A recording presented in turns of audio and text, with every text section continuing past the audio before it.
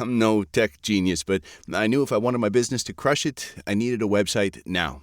Thankfully, Bluehost made it easy. I customized, optimized, and monetized everything exactly how I wanted with AI. In minutes, my site was up. I couldn't believe it. The search engine tools even helped me get more site visitors. Whatever your passion project is, you can set it up with Bluehost. With their 30-day money-back guarantee, what do you got to lose? Head to Bluehost.com. That's BLUEHOST.com to start now. You're listening to the Best Morning Routine Ever podcast, the show that proves no one stumbles upon success ever. With your host, Lou Need. Every Mondays and Thursdays, we deliver cold hard evidence behind the power of a robust morning routine. Get ready to be transformed by the renewal of your mind.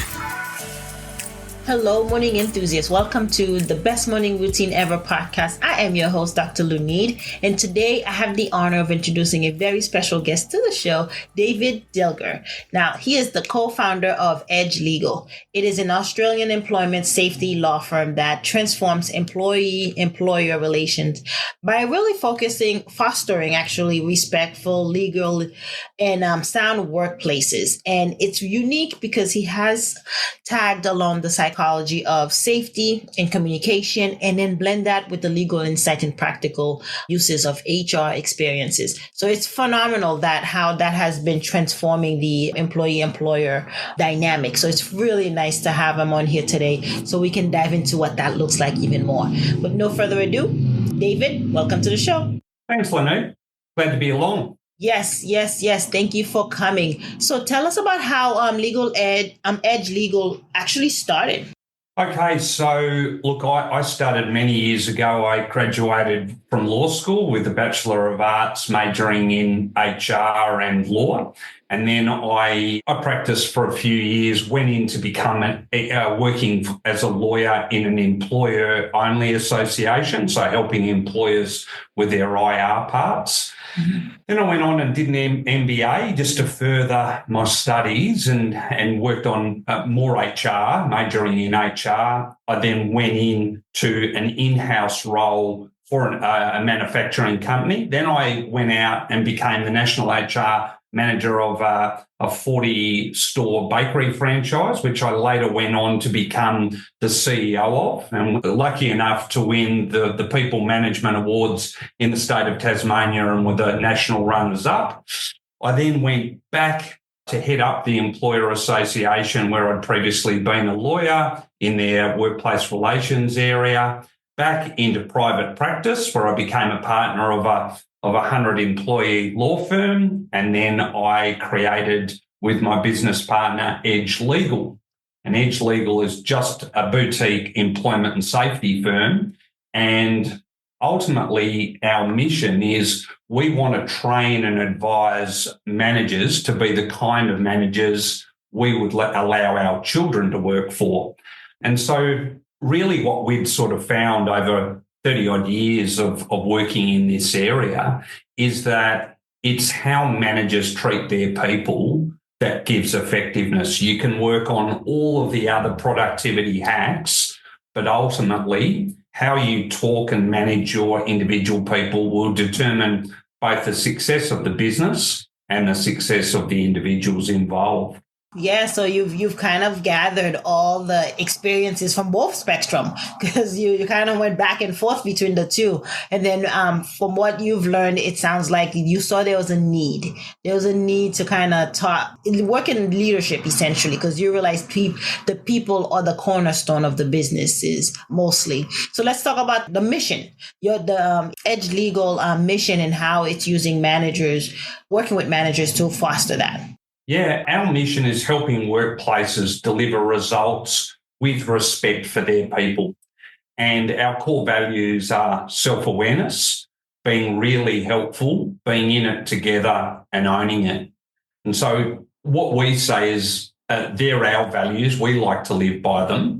And then hopefully other organisations, not saying you would take on our values, but we hope our advice gives all of those values coming through in that relationship. Because from a technical legal point of view, lawyers just tend to focus on compliance, whereas HR managers understand the relationship And the real answer is somewhere in between. Mm-hmm. Yeah, I can see that. And then you think about managers and how they lead people, like any change really should start from the top down, right? And so let's talk about managers and their leadership styles and how it really impact the employees. We talk about self-awareness. I think a great author, Simon Sinek, said it best when he said, if you don't understand people, you don't understand business. Yeah. It is fundamentally a people game. And ultimately, each of us sees ourselves as we are. We don't really see things as they are for everyone else. And I've broken it down into what I've, in a fun sort of way, 4 types of managers. The first type of manager I call the bear. And the bear does a lot of what I call hibernating from people management for about 6 months a year. They do nothing. And then when it becomes intolerable, they come out and indiscriminately carnage on dealing with management. Yeah. And what that tends to lead is the blind spot is they don't bring people along with them. And under more pressure, they lose concern of others. They're looking at the big picture. I just need to get to here. But ultimately, their soft underbelly is they fear loss of control or power.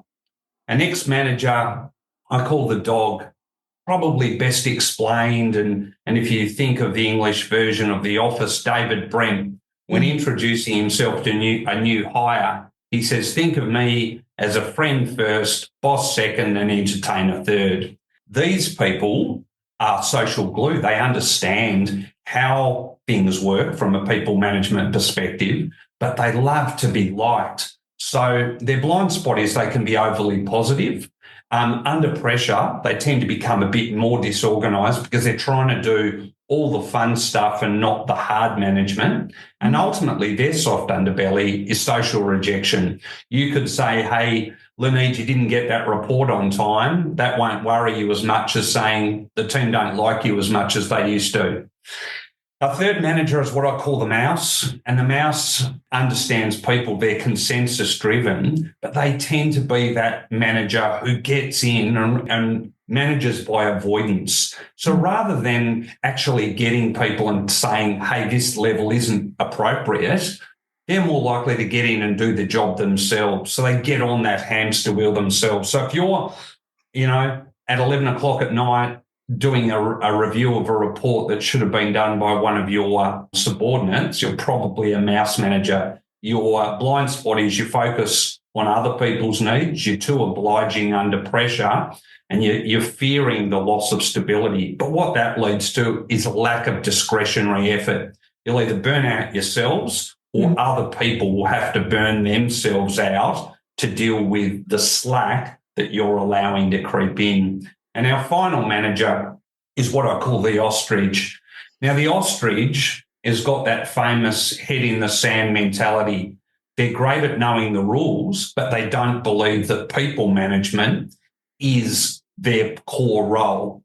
So their blind spot is they don't see the bigger picture. They can be overly critical under pressure, but their greatest fear is not being seen as competent themselves. So what that leads to is a high compliance requirement and not a lot of focus on actual people performance. So they can tick KPIs, but you might have a very unhappy team. Yeah. And look, overall, you've got to bring all of it.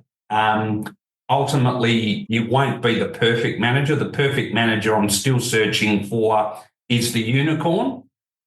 And they just don't exist, unfortunately. But it's really telling managers, do less of the bad stuff. Don't try and be something you're not. Just do less of the bad behaviours you do, and you're more likely to be effective. Yeah, I was going to say they all suck. It sounds like they all. Well, I was waiting for the unicorn. I was waiting for the perfect, but it sounds like there's good and bad, right? There's good traits that you can take, and then kind of knowing your weaknesses and hiring people to step in and kind of do where you lack, to complement you per se. So the great stuff is they're the GSDs of the world. They get stuff done. The dog has an ability to bring people along with them to sell the vision. The mouse is a consensus builder, and the ostrich, they plan, they're more diplomatic, and they have, what I would call some rigor to their management. So you're right, I did focus on the negatives, but there are absolutely the positives for those as well. Yeah, that they can thrive on and kind of utilize to lead, because I imagine they're effective. They're in that position because they're effective. It may be not 100% of the time, but they're effective maybe 80, 90% of the time. And so how do you go in, and how do you, with your organization, go in and kind of find out where that weak link is and then step in to make them stronger so they can lead effectively? Yeah, look, it's interesting, Lenee. We tend to find that more of the, I would say, the media blow up and the hysteria around it is managers who are bullies or who go in too hard, like the bear. But we would say more likely the type of behaviour is driven by avoidance. And so what we say is, and following on from Brené Brown's message, clear is kind, unclear is unkind. And so in my experience, I've found more managers avoid the behaviour, and we've taken on this overly nice language, which isn't effective. It's not what Kim Scott called radical candour. And so what they tend to do is have so rather than saying, hey, Lenee, can you put your dishes away when you go into the staff kitchen? They put a message up that says, reminding everyone, kitchen courtesy. Everyone knows it's Lenee, but the manager just doesn't have that discussion because it would be too uncomfortable. So we talk about 4 main principles. When you're managing people, don't go for a too higher intensity and focus on misconduct. Instead, characterise more issues as performance. Now, when you characterise things as performance first, you actually say, I'm working on the slippage. And you're actually saying, as a manager, I back myself that I will be able to get you from here to up here where you need to be, rather than making an allegation that you've breached a policy, a contract, some code of conduct. I don't ever think you're going to start off a great relationship when you say to someone, hey, come along to a meeting, this may end up in the termination of your employment. The second one I say is get on your competency care seesaw. Stop looking for the cookie cutter approach where all issues are dealt the same. Sometimes you've got to balance up on competency. Other times you've got to balance up on care, and that may change individually for the person. So if someone's having some problems at home, death in the family, some sort of illness, you balance up on your competency. You balance up more on the care side and less on the competency. But when things right themselves, then it might be more focused on competency. But it's being aware that it's a continual seesaw. The third one is always reasonable management action carried out reasonably. It's a well-worn legal concept, but what I think, and we're at pains to sort of demonstrate through lots of cases, courts these days understand that management is a tough gig. Mm-hmm. So stop looking for perfect management and stop looking for the alternative textbook way. Plenty of decisions understand that people become exasperated, and that conflict of itself, if managed reasonably and respectfully, is okay. And what we've found is getting managers to actually step in, as Brené Brown calls rumble, and have those discussions is actually going to be more likely to be effective than not doing anything. And that's unreasonable management action, is to do nothing, which tends to be where people go. And then finally, our last principle is always show cause someone before you're going to do something. That is, give them the opportunity to respond. Say, here's what I'm proposing to occur. You tell me why you shouldn't do that. Now, that will be far more valuable than having warning and termination letters. You build up to that approach through genuine, authentic materials. And we say if you're not meeting at least weekly or fortnightly with your individual subordinates for one-on-one meetings, you're doing yourself a disservice and you're doing the rest of your organisation a disservice as well, because organisations understand that they want the manager to deal with two things: poor performers and poor performance. If you walk into any organisation, you say, who's the poor performer? They all know. It's kind of like the naughty kid in the classroom. Everyone knows who it is, but no one mentions their name. But everyone's hoping that it's fixed.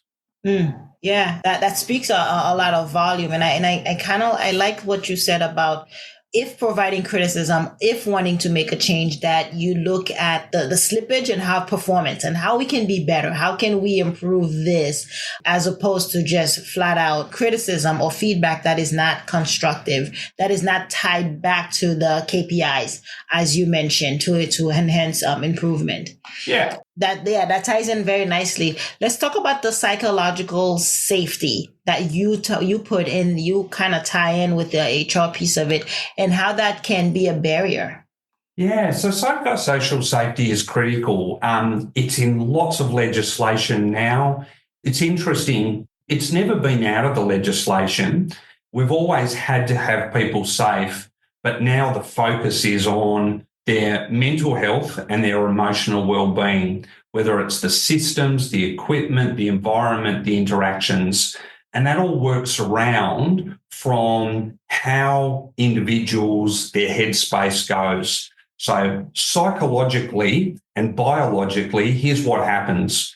Ultimately, information comes in through our senses, and it's got a decision to make. It goes into the thalamus and it says, if it's a risk or some sort of hazard, it goes to the amygdala. And the amygdala goes, I can deal with this with fight, flight, freeze, or fawn. When that's happening, your frontal cortex, which is your logical part of your computer, almost like your computer in your brain, it gets impacted. So when your amygdala is firing, your frontal cortex doesn't operate as well. Your emotions are regulated, either over or under. You suffer memory impacted. And there's a guy, Dr. Gil Martin in the US, and he was trying to work out why is it that police officers suffer more health consequences than fire officers when both of them are first responders. And he said it was all about this continual aspect of if you're feeling under risk or being aware of hazards, you are going to impact on your amygdala, which then impacts on your overall immune system. Whereas with the fire officers, they can just come in, they deal with very difficult issues, but ultimately it's not pervasive. So it rises up and then it goes back down. Now imagine if you're in a workplace and you're thinking, oh my gosh, here's my boss, and 8 hours a day, you're worried about it. That's when your amygdala is actually making you sick by protecting you. It's chronic. It becomes chronic. It becomes a problem, because then cortisol is being released, because then you want to fight, or you again fight or flight or freeze, right? So that the brain cannot handle so much cortisol, or just so much like chronic fear or just lack of safety for a long period of time.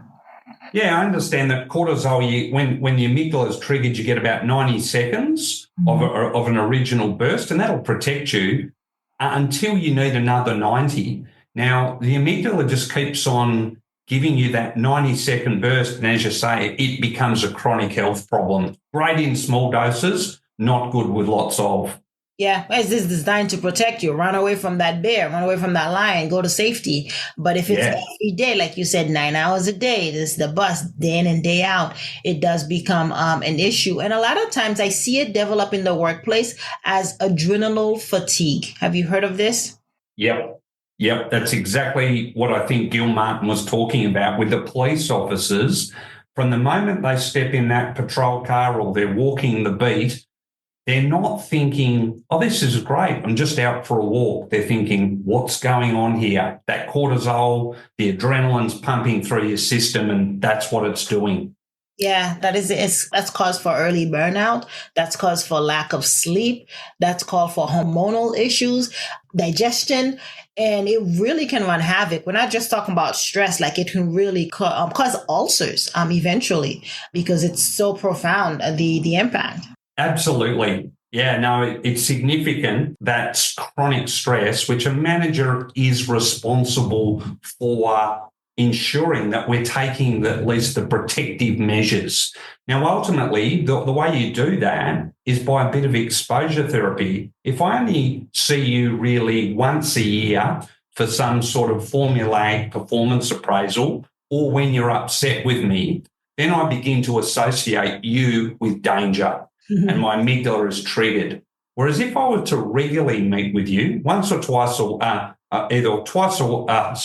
fortnightly or once a week, the issue then would be significant because what you're doing is you're saying, hey, I can deal with this. I've dealt with this at least 52 times a year and it's okay. And I think ultimately the test of a good organisation is this. If you see an employee go into a manager's office or a manager calls them in and no one goes, ooh, Leneed's in trouble, that's when you know you've got psychosocial safety.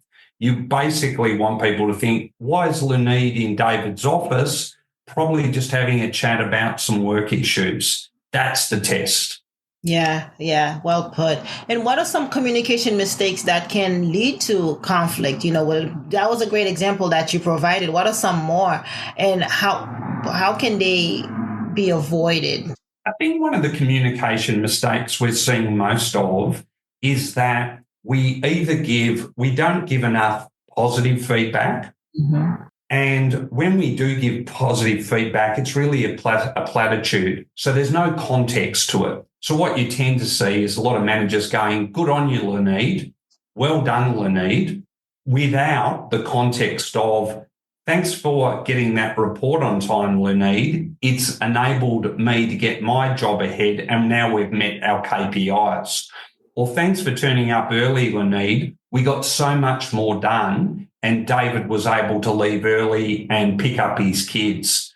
So I think, unfortunately, feedback has been wrongly equated with constructive negative feedback and missing that at their disposals, managers can short, sharp and sweet give positive feedback with appropriate context so it doesn't just become a platitude. And the more you can do of that, the more psychosocial safety you get, because you get people feel belonging, people feel like they can have learner safety, they get contributor safety, and then finally they get challenger safety, which means I can speak up and say, hey, wrong way, go back, without fear of a genuine reprisal. Yeah, keeping the feedback objective with as many details as possible, specifics as possible is good. I've also heard of the sandwich. What's your take on that one? I understand the sandwich, and I think the intent is great, but the problem with it is a lot of the science says we need almost 90% to 10. So if I give a sandwich, I'm really working on the negative being a third. And what you tend to have happen is people will still focus on the negative. If you don't get enough regular positive feedback, you understand that someone's really gaming you. And although it's sandwiched by the positive feedback, I just don't think it's enough for someone to mentally separate those issues out. They'll just focus on the negative. So I think the intent was good, but I think the science shows us we're going to do a lot more positive feedback and build up those interactions so that the individual actually, their amygdala is just going, yeah, I understand I'll be able to cope with this, rather than going, oh, okay, here we go, good, bad, good. Mm-hmm. And keeping it consistent, right? Regular, consistent and frequent. It sounds like that's what I'm hearing from you. Definitely. And if you're meeting at least fortnightly or weekly, you'll get that. It won't suddenly just appear. It builds up over time, and you'll feel that those discussions become easier. Earlier on, I get it. You'll feel, oh, this is a pain. But I love almost the quirky saying of your job is to do your job, right? Now people go, oh, that's ridiculous, David. What do you mean by that? Well, you got to understand your job as a manager is to apply the leverage model. You're going to make sure that your team is doing okay. You set the environment for them. So a lot of managers just manage tasks without managing the people. So your job is to manage the people. And what better way than having a discussion with them, seeing how their performance is going and doing it regularly. Well put. Yeah, I totally agree with that. Let's talk about how you get up, dress up, and show up. What's your morning routine like? My morning routine is based on 4 distinct options. So I always get up at 5:30. I have a glass of water with some creatine in it, and I do 4 things. I either go for a long walk, about an hour.